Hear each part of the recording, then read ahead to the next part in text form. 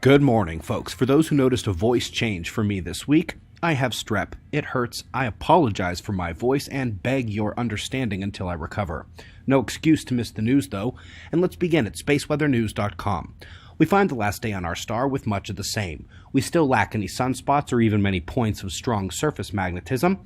The southern coronal hole is still turning in, and Earth is expected to magnetically connect to her tonight. So in the deepest earthquake drought of 2019, today we set an alert for the remainder of the week. Eyes open. Now let's go to the solar wind. Phi angle and kinetic telemetries underwent minor fluctuations the last day. Phi won't leave us alone, actually. But alas, they were minor and geomagnetic conditions are still quiet. Folks, if you caught this little filament mass having its top side shoot to the right there in yesterday's news, that was indeed a stealth CME as it was released into space. Since both of these satellites look from Earth's view, it was obviously not directed at Earth.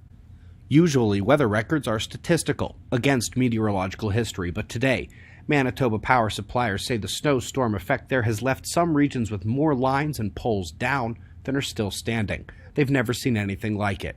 It's like they're rebuilding their entire network, set records for damage and percentage lost, etc. Quick look at the polar vortices. North really is gearing up now, but still has a ways to go to overcome the south, which really should be breaking down any day now. Still tight. Let's go to the science news. This is the Crab Nebula. Every wavelength view we've got of it, actually, and then capping off with a composite.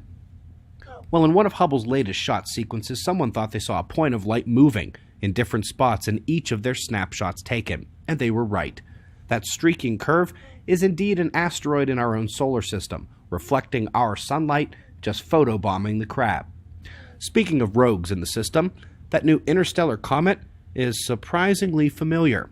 They say that when they're looking at the chemistry from the spectroscopy, rather than from the orbital parameters, they have no reason to suspect it's an interstellar comet at all.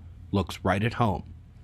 The astronomy world is super excited to have found a lens arc that sits atop two very bright X-ray sources, which they take to be a tiny galaxy undergoing massive star formation billions of years ago.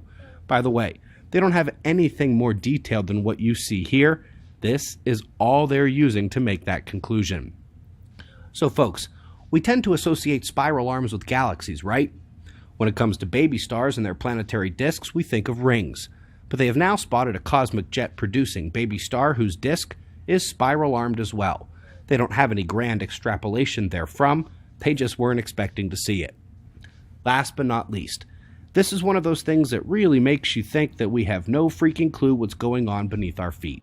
In trying to rectify models and observations, they are toggling a 0 to 300 stable core top layer, and with the details of their analysis still being based on their best guesses from here on the surface, alas, the concept that Earth has a secret is critical to the catastrophe cycle, earthquake forecasting, and someday, long-term climate forecasting. At least they're looking in the right direction.